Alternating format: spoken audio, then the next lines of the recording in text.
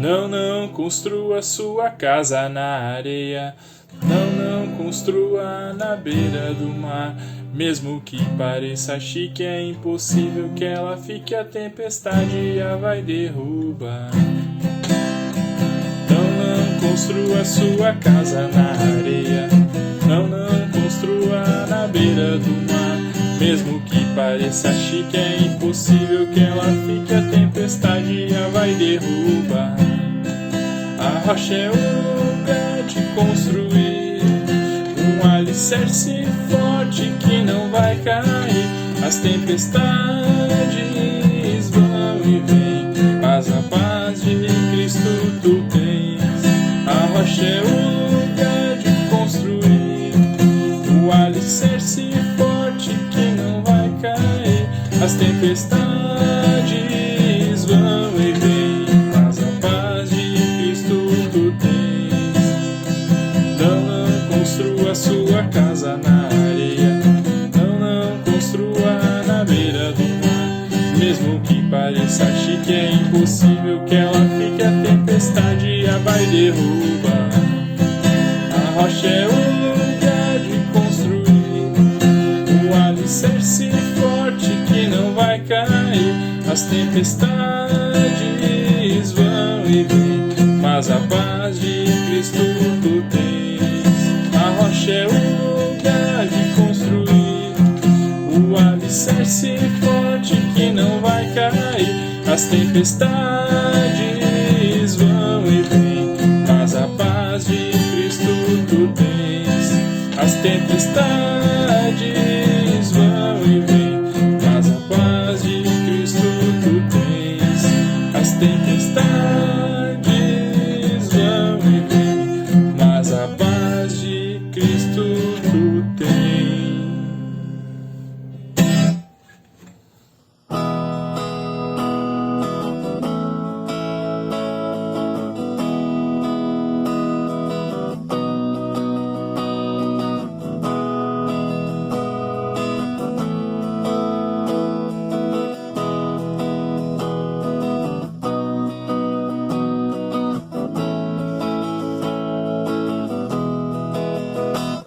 Por tudo que tens feito, por tudo que vais fazer, por tuas promessas e tudo que és, eu quero te agradecer com todo o meu ser. Por tudo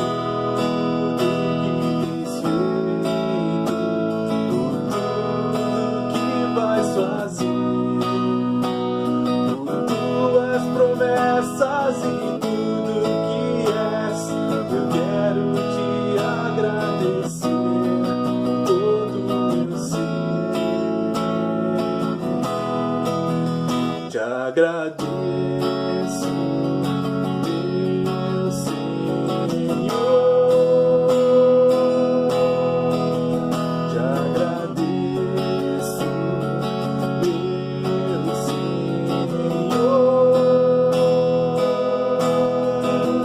te agradeço por me libertar e salvar, por ter morrido em meu lugar. Te agradeço, Jesus, te agradeço, eu te agradeço, te agradeço.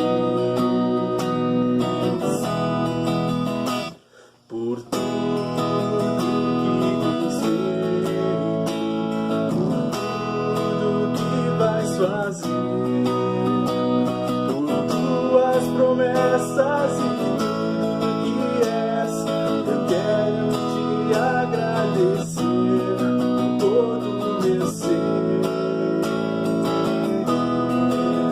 Te agradeço,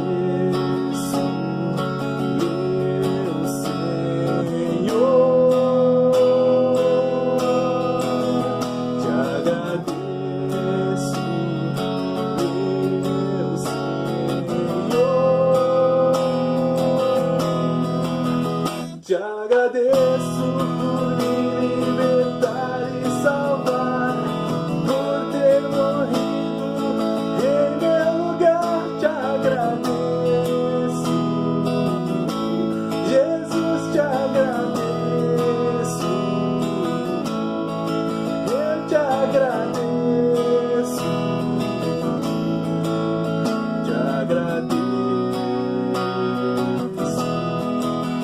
Te agradeço por me libertar e salvar, por ter morrido em meu lugar. Te agradeço,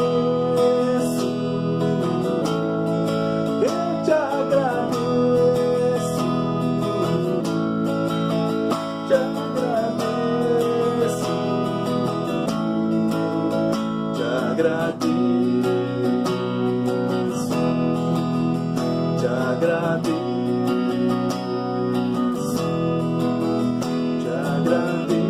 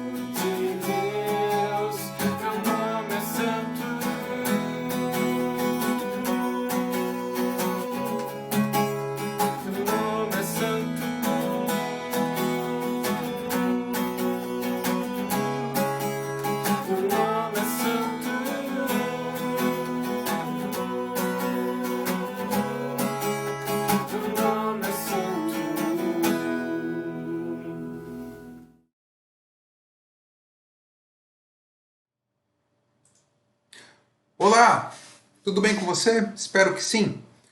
Você não me conhece, certo?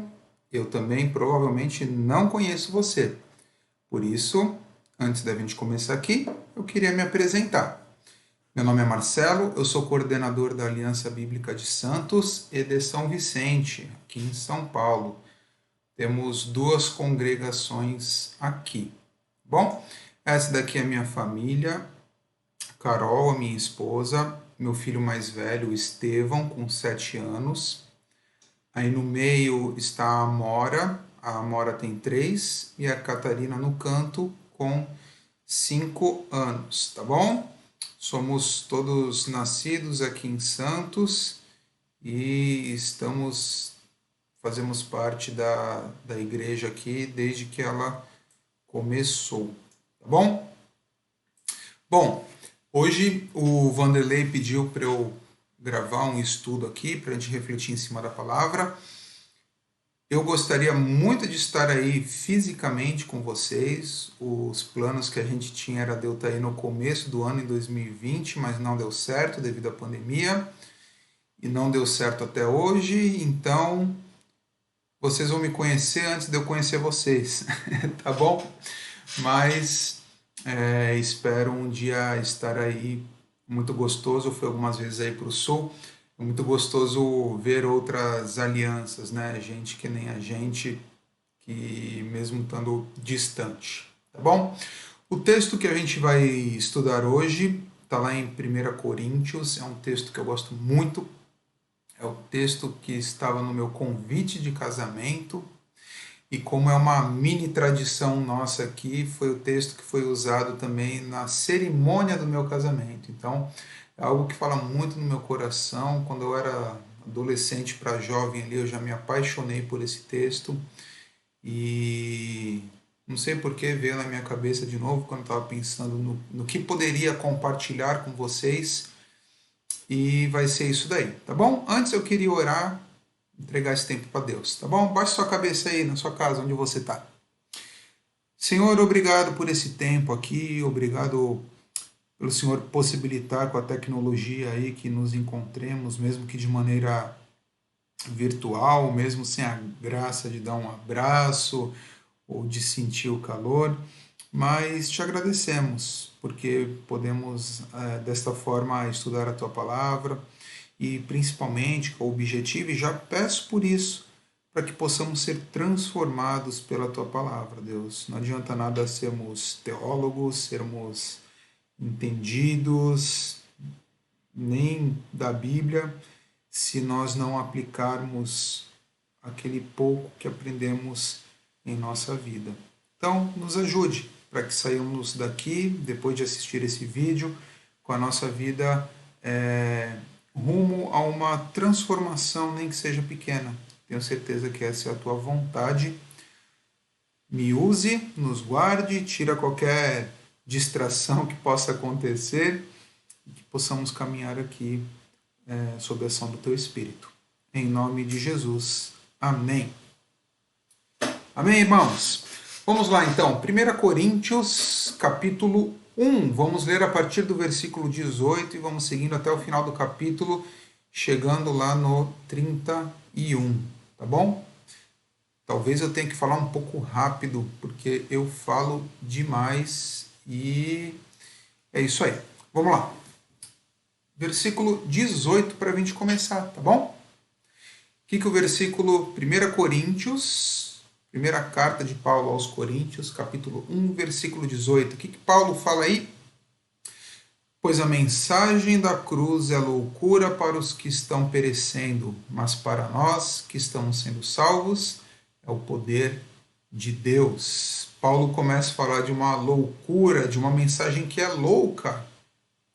E essa mensagem é a mensagem da cruz, é a mensagem do plano redentor de Deus para o ser humano, tá bom?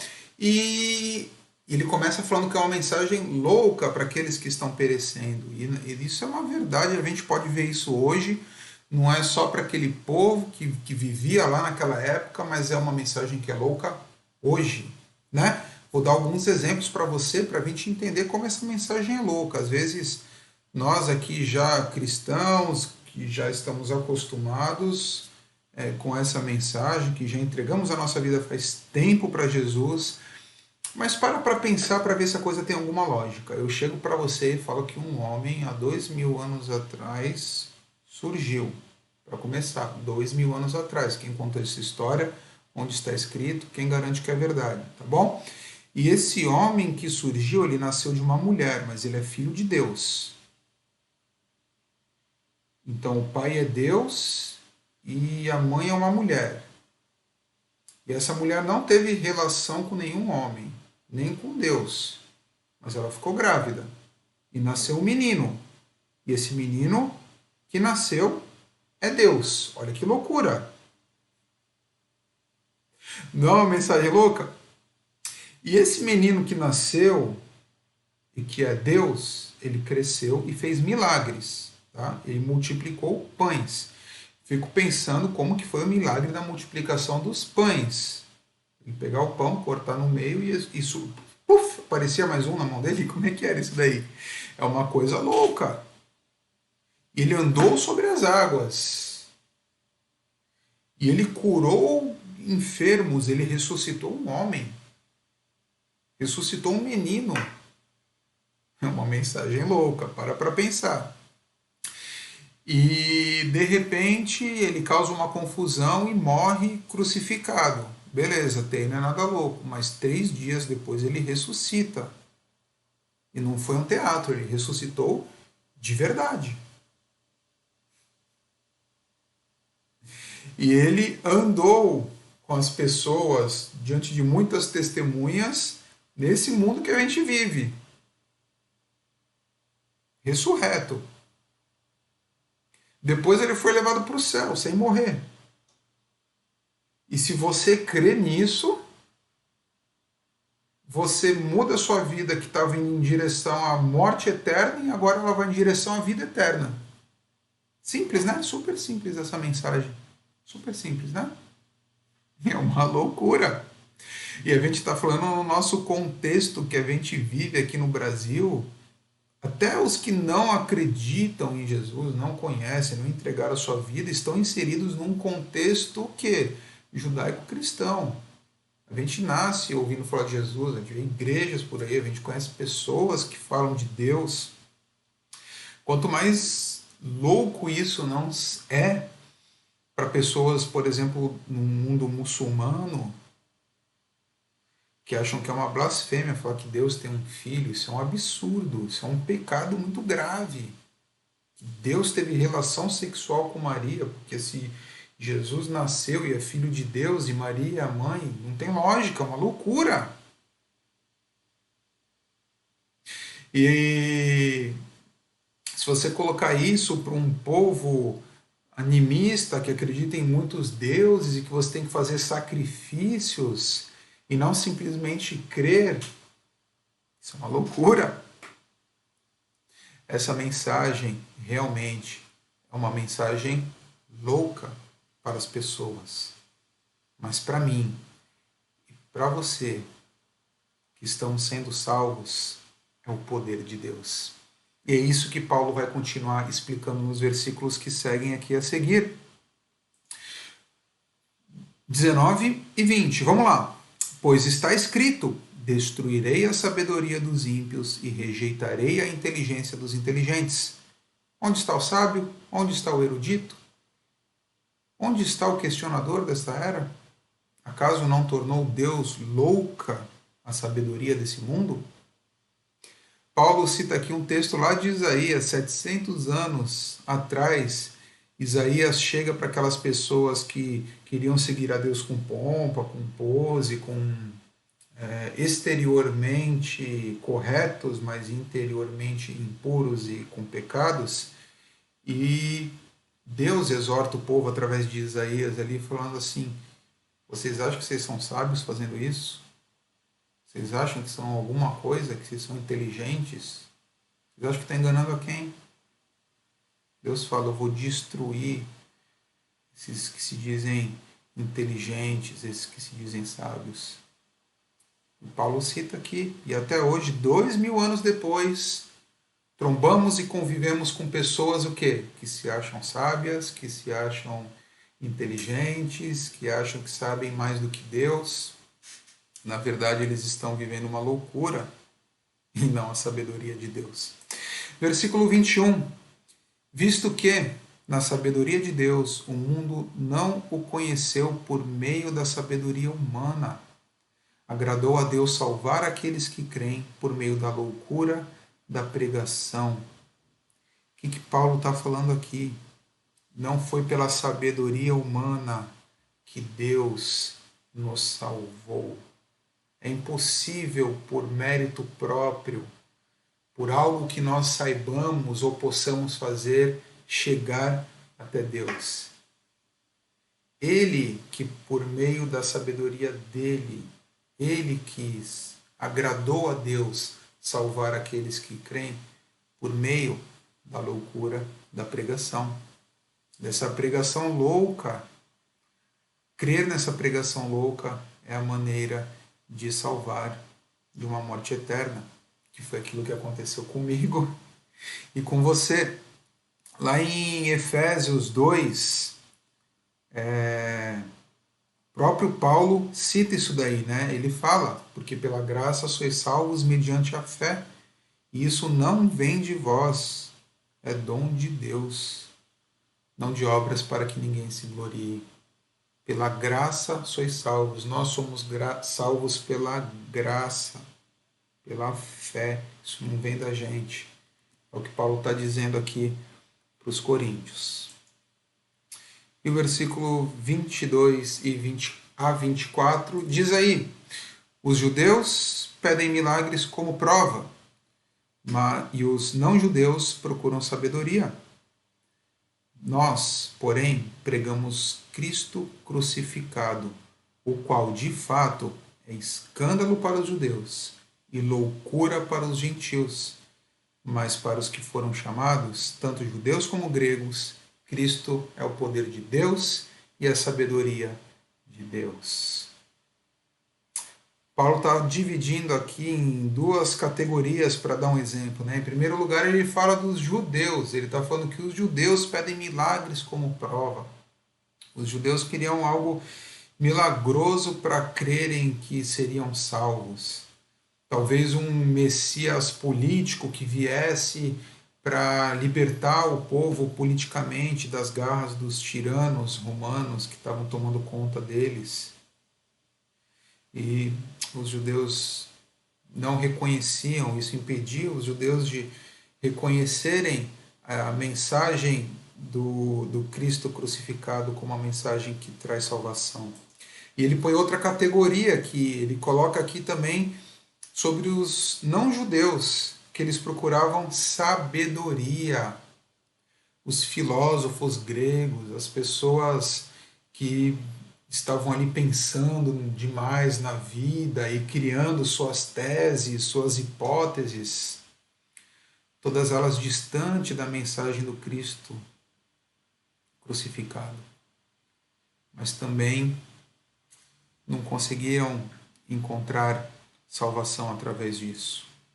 Olha aqui, falando sobre os judeus também, ele fala que a mensagem do Cristo crucificado era escândalo para os judeus. Por que era escândalo para os judeus? Quem crucificou Jesus? Os judeus. Então, para os judeus, falar que aquela crucificação que eles fizeram foi libertar o mundo matando Jesus, isso era um escândalo para eles, isso era absurdo falar uma coisa dessas.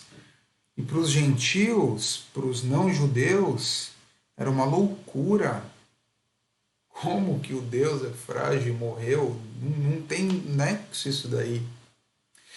Mas para mim e para você, Cristo crucificado, para nós que fomos chamados, Cristo é o poder de Deus e a sabedoria de Deus. Amém? Cristo é o poder, Cristo é o plano perfeito de Deus. E não importa se antes da nossa conversão, se nós éramos judeus, gregos, se nós somos homens, mulheres, adultos, crianças, de esquerda, de direita, não importa. A mensagem de salvação é a sabedoria de Deus. Cristo é o poder de Deus. Olha que coisa maravilhosa que Paulo está falando aqui para a gente. Eu não sei quando você entregou sua vida para Jesus, nem o que você fazia antes de entregar a sua vida para Jesus. Na verdade, eu não sei nem quem você é. Mas eu não sei se você procurava milagres, se você fazia a penitência, se você procurava o mundo espiritual, se você chegou a procurar forças sobrenaturais, ou se você era cheio de si, do seu intelecto, acreditando que estava traçando sua vida de uma maneira que ia alcançar o sucesso. Mas o que eu tenho certeza é que depois que Cristo entra, ele muda completamente a nossa visão de mundo, e isso é muito importante para a gente entender o restante do texto. A partir do momento que nós conhecemos e entendemos o significado do Cristo crucificado, a nossa cosmovisão, nosso modo de ver o mundo muda. Por quê? Qual é o modo de ver o mundo da pessoa que não crê em Cristo? Ela vai viver a vida para ter conforto, para ter sucesso, para ter riqueza. Ela vai viver a vida dela para conquistar amizades, conquistar poder, certo? A gente pode buscar ganhar o nosso sustento, a gente pode buscar amizades, claro que podemos, mas a partir do momento que Cristo se torna Senhor da nossa vida, a nossa primeira busca é por Ele e pela vontade dEle. Então a gente começa a enxergar o mundo numa visão diferente. Os valores do mundo param de ter tanto brilho, de parecerem tesouros preciosos e começam a parecer menos importantes. E as coisas de Deus, que antes não tinham importância nenhuma, começam a ser muito importantes. A gente começa a correr atrás dessas coisas. Isso é muito importante a gente entender para a gente continuar. Tá bom? Então, vamos fazer uma pausa aqui e vamos dar uma recapitulada. Legal? Então, primeira coisa que a gente aprendeu aqui e que vai precisar isso para aplicar de forma prática. Está muito teórico ainda, eu sei, tá bom? Mas em primeiro lugar, a sabedoria de Deus é loucura para o ser humano. Ok?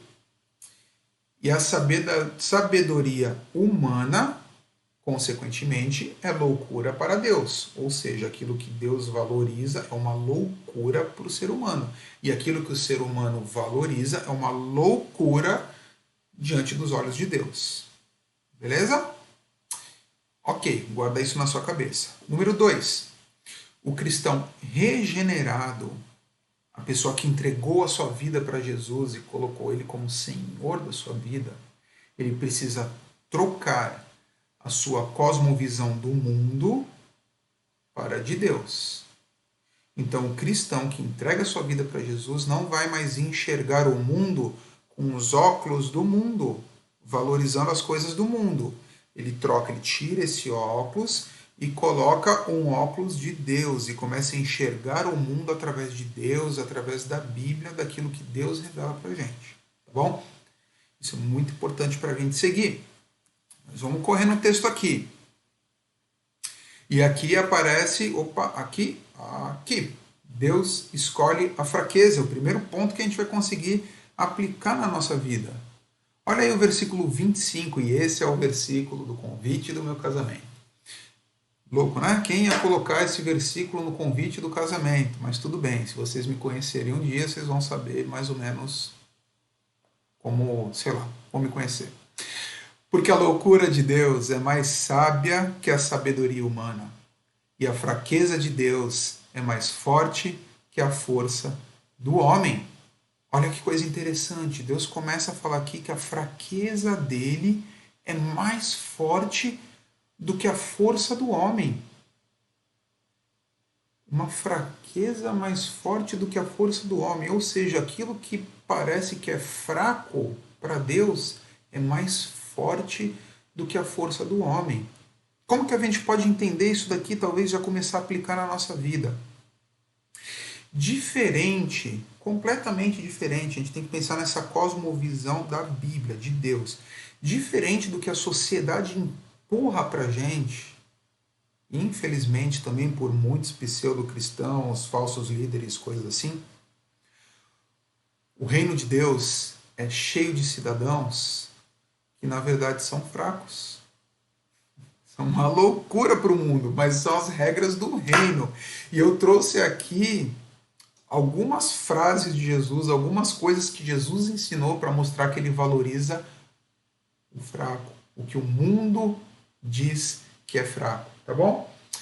Jesus falou que qualquer um que ficar com raiva do seu irmão será julgado. É como se tivesse, pensei mal do meu irmão, fiquei com raiva, como se eu tivesse matado esse meu irmão. Quantas pessoas você já matou na sua vida, meu querido? Quantas? E eu também. Quantas vezes a gente assiste a televisão, ou entra num site, ou vê alguma coisa na rede social, e a gente vê aquelas pessoas com tanta maldade fazendo mal para crianças, fazendo mal para famílias, e a gente pensa, bandido bom é bandido morto. Diante de Deus, acabamos de matar essa pessoa no nosso coração. E Jesus fala, não fique com raiva do seu irmão. O que o mundo vê com essa orientação? Não fique com raiva, não guarde raiva. Isso é coisa de fraco. Isso é coisa de fraco, não ficar com raiva. Nesse país polarizado que a gente tem aí, que você só pode ser de um lado ou de outro. Jesus ensina que se alguém fizer uma acusação contra a gente tem que entrar em acordo com essa pessoa enquanto ainda é tempo. O que a gente ouve por aí? Isso é coisa de fraco. Tem que processar, tem que ganhar um dinheiro em cima. Você está falando que você vai ignorar que você foi ofendido e vai seguir a vida? Você é fraco. É isso que a gente ouve. Jesus ensina que se nós olharmos uma mulher e desejar possuí-la, se um homem olhar uma mulher e desejar possuí-la, já cometeu adultério no seu coração. Se você você que é homem, se chegar no seu trabalho e falar isso na roda dos seus colegas lá, você vai ser taxado como o quê? Fraco. Nossa sociedade é erotizada, gente. Jesus ensinou, não jurem de jeito nenhum, que o sim de vocês seja sim e o não, não. Como sobreviver no Brasil sem um jeitinho brasileiro? Isso é coisa de fraco. Jesus fala para não nos vingarmos uns dos outros, para amar os nossos inimigos e orar pelos que nos perseguem, para ajudarmos as pessoas necessitadas em segredo, para não juntar riquezas na terra e sim no céu. Olha que coisa de fraco, né? Enquanto todo mundo está querendo ficar rico com 30 anos, né? Não é assim? O jovem hoje, com 30 anos, já quer ficar rico. Jesus está falando, não se preocupe com a bebida e com a comida que vocês precisam para viver. Deixa que Deus se liga nisso daí. Essa é a aparente tola fraqueza, loucura do cristão. O que para o mundo é fraqueza, é desprezível, na verdade, para Deus é força. Desculpa. A pergunta que fica é, e a primeira coisa que eu queria que você refletisse hoje, você tem investido na força de Deus, que na verdade muitas vezes é a fraqueza para o homem? Deus escolhe a fraqueza aos olhos do homem. Você tem investido nessa fraqueza? Vou dar uns exemplos aqui, tá bom? Você tem tentado ser pobre de espírito? Você tem tentado chorar com os que choram? Você tem tentado ser humilde? Você tem buscado fome e sede de justiça? Você busca ser misericordioso com todos? Com todos, não só com os que você ama, não, com todos, com os que te ofendem. Você tem buscado um coração puro? Você tem tentado ser pacificador? Você se alegra quando você é perseguido?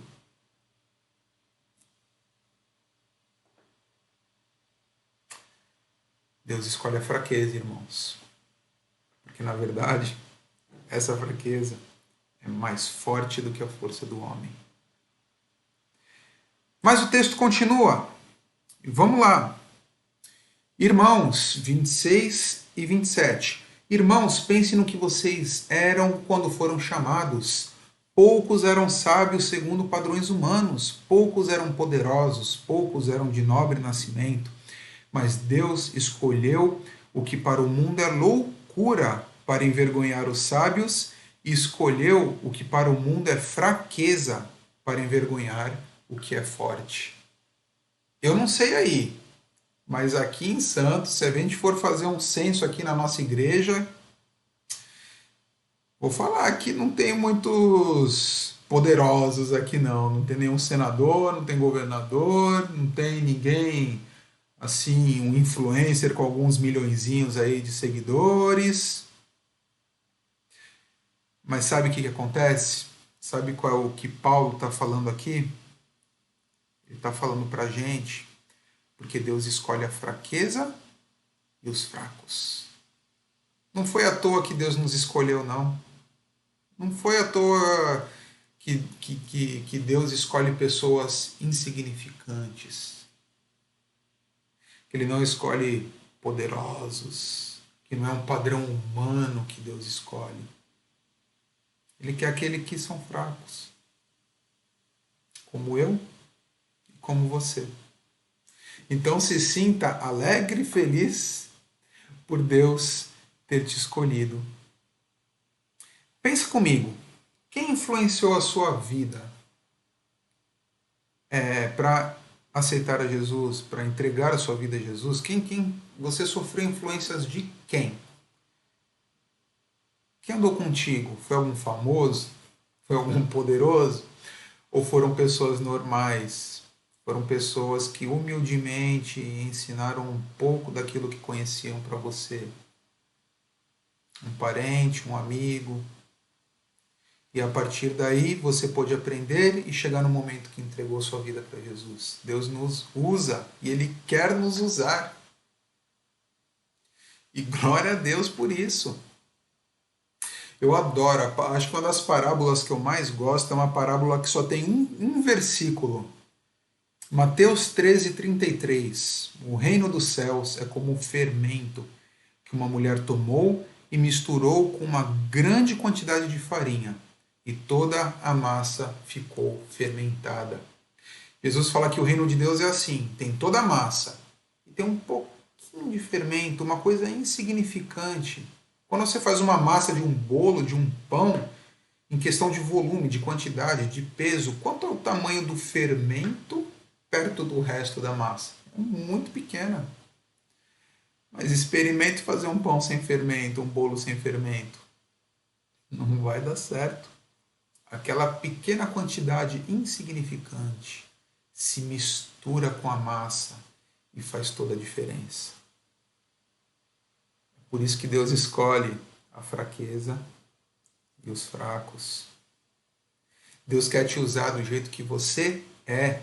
Deus não quer usar os profissionais. Também usa.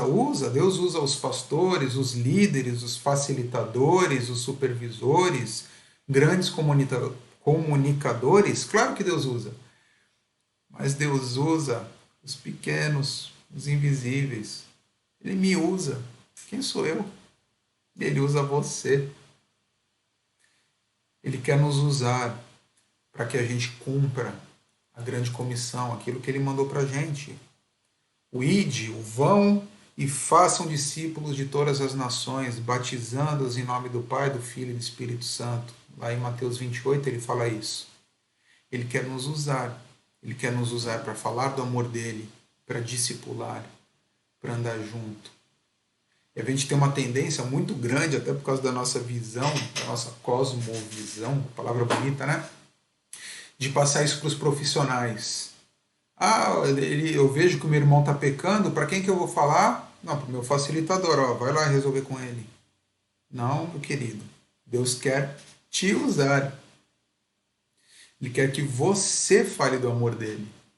Não que você leve o seu amigo para a igreja para ouvir o pastor fazendo uma pregação.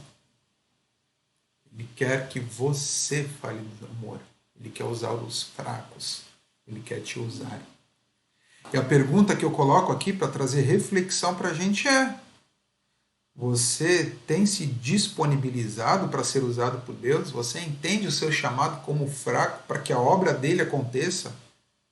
Você se entende como um grãozinho de fermento que vai ajudar a massa inteira a crescer? É isso mesmo. Sinta-se privilegiado pela sua pequenez, pela sua falta de força, de poder. É muito bom isso. Deus, ele é maravilhoso. Mas o texto continua. E vamos caminhando para o final aqui. Versículos de 28 a 31. Ele escolheu o que para o mundo é insignificante, desprezado, e o que nada é, para reduzir a nada o que é, a fim de que ninguém se vanglorie diante dele. É, porém, por iniciativa dele que vocês estão em Cristo Jesus, o qual se tornou sabedoria de Deus para nós, isto é, justiça, santidade e redenção, para que, como está escrito, quem se gloriar, glorie no Senhor. E o que eu queria destacar nesse texto final aqui, duas coisas. A primeira, não se glorie do fermento que você é, não. É Deus que faz o processo. Ele escolhe a fraqueza e os fracos, mas para quê? Para mostrar o seu poder. Quando Deus escolhe o que para o mundo é insignificante, pessoas insignificantes, uma força, mandamentos insignificantes, Ele escolhe para mostrar para o mundo que o poder vem dele. Porque se Ele escolhesse só os grandes, os poderosos, só os líderes para fazer a obra dele, só mandamentos de bênção, de vamos conquistar, vamos conseguir, se imponha, não ia aparecer. Ia parecer que a força, que ia ser tudo feito no nosso braço, mas não é. É no braço, no poder e da força dele. Então nós participamos, nós colaboramos, nós fazemos com a força dele, para que ele seja engrandecido, para que ele seja adorado, para que a honra vá para ele. E assim nós conseguimos participar dessa coisa maravilhosa que é ser igreja, conseguimos participar dessa coisa maravilhosa que é falar do amor dele, essa mensagem louca para o mundo, e conseguir dar glórias e que tudo volte para ele. Na prática, quando oramos pelos nossos irmãos, quando aconselhamos nossos irmãos biblicamente, quando falamos do amor de Deus para aqueles que não conhecem, e depois deles entregarem a vida para Jesus, nós vamos discipular, andar junto, vamos vencer pecados juntos. Aí nós vamos estar dando glórias para quem? Pra tudo que a gente conseguiu. Esse é o meu discípulo, esse é a pessoa que eu trouxe para Jesus. Não. A glória de Deus, porque é no poder de Deus. E tudo isso a gente continua fazendo, estando de quarentena ou não, nosso cristianismo, a sábia mensagem de Deus, o Cristo crucificado, não pode ficar de quarentena. E essa é uma palavra que eu trago para vocês para terminar aqui. Tudo isso que Deus quer que façamos, que exige uma dedicação, que exige uma perseverança, deve ser feita com quarentena, sem quarentena, é nos nossos relacionamentos. E eu espero que você pare, pense e procure entender na sua vida se você tem vivido na sabedoria de Deus ou na loucura dos homens. Essa é a minha mensagem. Deus escolhe a fraqueza e os fracos para mostrar o seu poder. Espero, como disse, que eu possa visitá-los aí algum dia, quem sabe, tomara que seja em breve, E é isso que eu tinha para hoje. Tá bom? Vamos orar mais uma vez? Abaixe sua cabeça. Deus, obrigado por esse tempo que tivemos aqui. Obrigado porque o Senhor, através da tua palavra, muda a nossa visão, muda o nosso jeito de encarar o mundo e encarar as coisas. E obrigado, Deus, porque conhecemos a mensagem do Cristo crucificado, que a gente possa colocar isso em prática no nosso dia a dia, sendo instrumentos usados em tuas mãos, para que o teu nome seja engrandecido, o teu nome seja glorificado nessa sociedade e que possamos agir como um fermento pequeno, insignificante, transformando pessoas, transformando vidas, cumprindo o teu chamado de fazer discípulos em todas as nações. Obrigado por esse tempo, Deus. Em nome de Jesus. Amém. Amém, irmãos. Boa noite e até uma próxima oportunidade.